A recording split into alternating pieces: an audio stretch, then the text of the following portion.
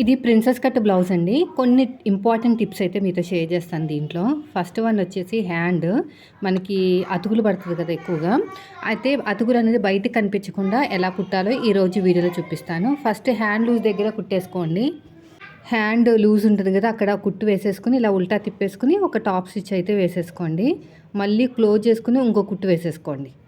ఇలా క్లోజ్ చేసుకుని ఇంకొక స్టిచ్ అనేది వేసేసుకోవాలి. చూడండి ఎలాగైతే కుడుతున్నానో అలా. ఇప్పుడు ఎగస్ట్రా ఉన్న క్లాత్ అంతా కూడా నీట్గా కట్ చేసేయండి.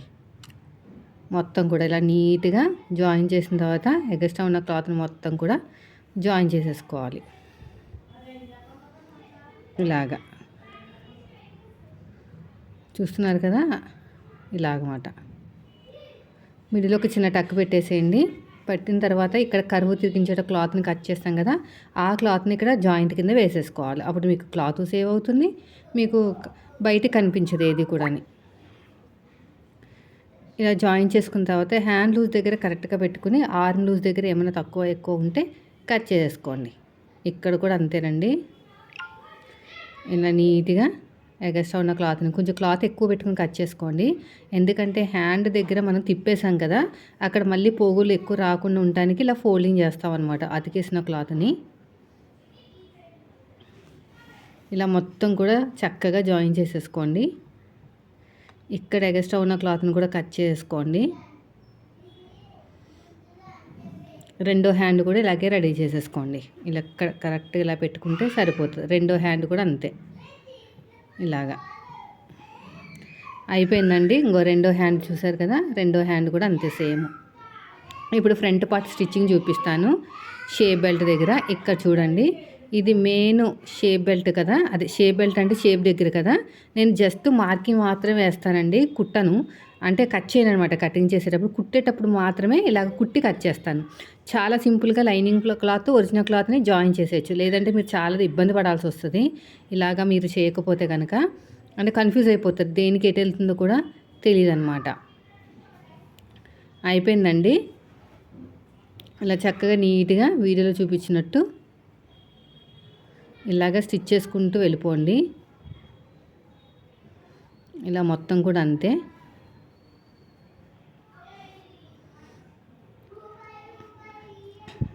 చూడండి,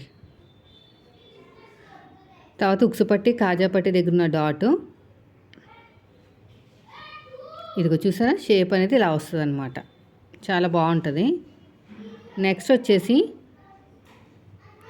రెండోది కూడా అంతే. రెండోది కూడా సేమ్ అలాగే కుట్టుకుంటూ వెళ్ళిపోండి.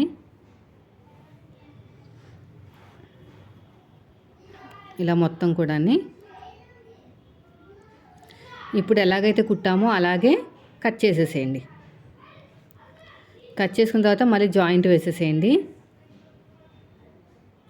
ఇలా చక్కగా జాయింట్ వేసుకుంటే సరిపోతుంది. ఇప్పుడు నేను 3 ఇంచులు వెడల్పుతోటి లైనింగ్ క్లాత్, 3 ఇంచులు వెడల్పుతోటి ఒరిజినల్ క్లాత్ రెండూ తీసుకున్నాను. అడుగు భాగంలో పెట్టేసుకుని ఈ వీడియోలో చూపించినట్టు చక్కగా స్టిచ్ చేసుకుంటూ వెళ్ళిపోండి. ఇలాగా ఇప్పుడు ఎగస్ట్రా ఉన్న క్లాత్ని అంతా కూడా కట్ చేసేయండి. మళ్ళీ ఒకదాని మీద ఒకటి పెట్టుకుని చెక్ చేసుకోండి కరెక్ట్గా వచ్చిందో లేదో, సరిపోతుంది.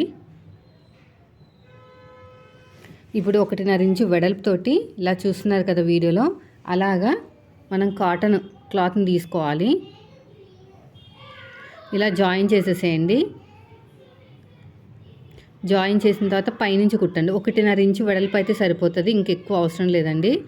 డాట్ వచ్చిన చోట చిన్న ఫ్రిల్లు పెట్టేసుకోండి. ఇలా ఓపెన్ చేసేసుకుని ఒక టాప్ స్టిచ్ వేసేసుకోండి.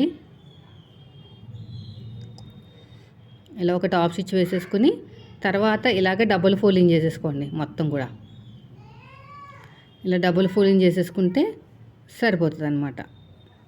ఇదంతా కూడా చక్కగా ఫోల్డింగ్ చేసుకుంటూ వెళ్ళిపోవాలి.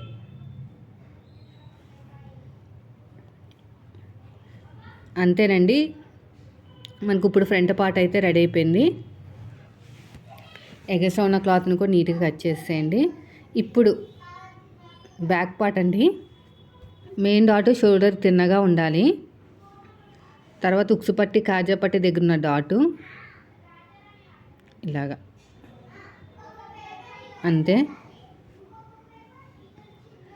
ఇప్పుడు మనం షోల్డర్స్ని జాయిన్ చేసేసుకుని ఇలా కరెక్ట్గా పెట్టేసుకోండి. ఇలా కరెక్ట్గా పెట్టేసుకుంటే సరిపోతుంది. ఇలా మొత్తం కూడా కరెక్ట్గా పెట్టుకుని దీనిపైన ఫ్రంట్ పార్ట్ పెట్టుకుని చూసుకోవాలి కరెక్ట్గా వచ్చిందో లేదా అని. నెక్ దగ్గర ఈక్వల్గా ఉండాలండి. నెక్ దగ్గర ఈక్వల్గా ఉండి ఇలా స్ట్రేట్గానే స్టిచ్ వేయండి. క్రాస్కి వేయాల్సిన అవసరం లేదు. తర్వాత రెండోది కూడా అంతే. ఈ రెండోది కూడా సేమ్ ఇలాగే స్టిచ్ వేసుకుంటే సరిపోతుంది. ఇప్పుడు క్రాస్ ఉన్న క్లాత్ని తీసేసుకుని వన్ సైడ్ ఫోల్డింగ్ చేసేసుకోండి. ఇప్పుడు వచ్చేసి పైపింగ్ వేద్దాము. వెనకాల వచ్చేసి మనకి ఒక డ్రాప్ లాగా వస్తుంది అనమాట. చూడండి ఇలాగ నీట్గా స్టిచ్చింగ్ చేసుకుంటూ వెళ్ళిపోవాలి. ఇలా మొత్తం కూడా ఇలా నీట్గా స్టిచ్చింగ్ చేసుకుంటూ వెళ్ళిపోవటమే.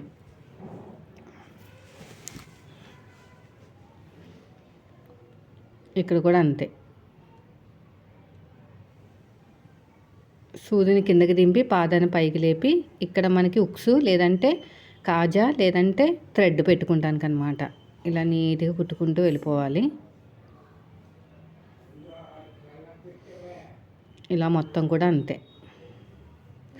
ఎగస్ట్రా ఉన్న క్లాత్ని కట్ చేసేయండి. రౌండ్ తిరిగే చోట చిన్న చిన్న టక్స్ అయితే ఇచ్చేసేయండి.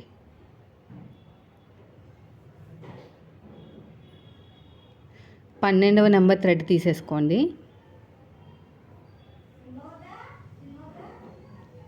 12వ నెంబర్ థ్రెడ్ తీసేసుకుని ఇలా పెట్టేసుకుని లోపలికి ఫోల్డ్ చేసేసేయండి.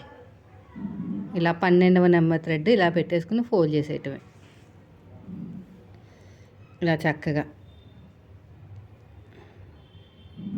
మొత్తం కూడా ఇలాగా ఫోల్డ్ చేసుకుంటూ వెళ్ళిపోవాలి.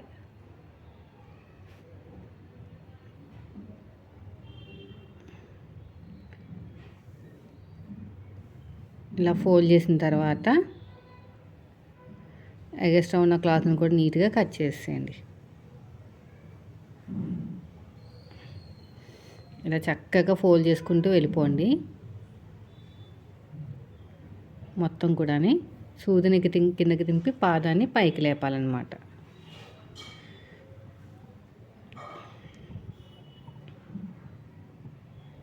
ఇలాగా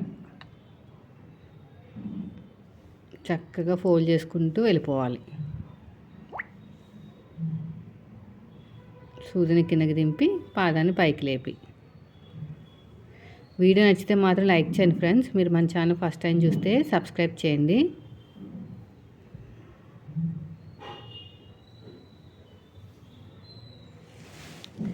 ఇటు సైడ్ కూడా అంతేనండి.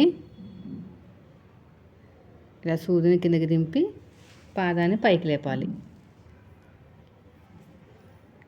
ఇలాగా కొంచెం టైం టేకింగే కానీ ఫినిషింగ్ నీట్గా వస్తుంది. తర్వాత హ్యాండ్స్ సైడ్ జాయిన్ చేయడం, హ్యాండ్ జాయిన్ చేయడం అవన్నీ మీకు తెలిసిందే కదా. రెండో వైపు హెమ్మింగ్ కావాలంటే హెమ్మింగ్ చేసుకోండి, స్టిచ్చింగ్ కావాలంటే స్టిచ్చింగ్ చేసుకోండి. ఎగస్ట్రా ఉన్న క్లాత్ని కూడా నీట్గా కట్ చేసేయండి.